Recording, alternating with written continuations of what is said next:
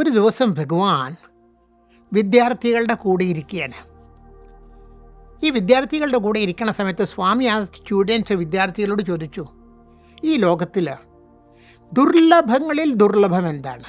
Rarest of the rare, ഏറ്റവും ദുർലഭമായതിൽ ദുർലഭം എന്താണ്?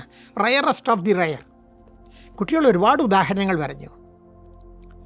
സ്വാമി പറഞ്ഞു, ഇതൊന്നുമല്ല. അവസാനം ഭഗവാൻ അതിന് ഉത്തരം പറഞ്ഞു, മനുഷ്യജന്മം കിട്ടലാണ് ഏറ്റവും വലിയ ദുർലഭമായിട്ടുള്ളത്.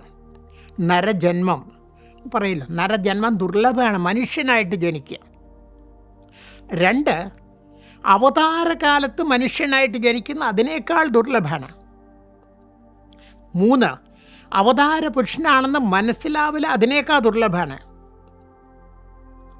4, സ്വാമി പറഞ്ഞു, ഏറ്റവും ദുർലഭമായത് അവതാര പുരുഷൻ്റെ പ്രവർത്തനങ്ങളിൽ, ആ ഡിവൈൻ മിഷനിൽ, അവതാര ലക്ഷ്യത്തിൽ പ്രവർത്തിക്കാനുള്ള ഭാഗ്യം കിട്ടലാണ്.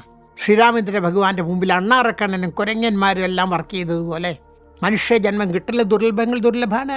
അവതാരകാലത്ത് മനുഷ്യജന്മം കിട്ടൽ അതിനേക്കാൾ ദുർലഭമാണ്. അവതാര പുരുഷനാണെന്ന് മനസ്സിലായി കോടിക്കണക്കിന് ആൾക്കാർ ഈ ലോകത്തുണ്ട്. ഇത്ര പേർക്ക് സ്വാമി അവതാര പുരുഷനാണെന്ന് മനസ്സിലായിട്ടുണ്ട്. അതുകൊണ്ടാണ് സ്വാമി പറഞ്ഞത്, അവതാരകാലത്ത് ജനിച്ചാൽ മാത്രം പോരാ, അവതാര പുരുഷനായിട്ട് മനസ്സിലാവില്ല, അതിനേക്കാൾ ദുർലഭമാണ്.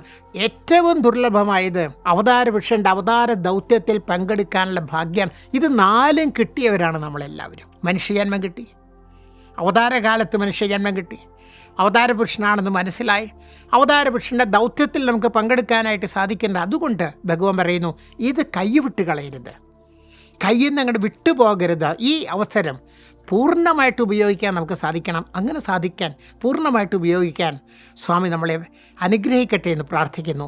ജയ് സായി.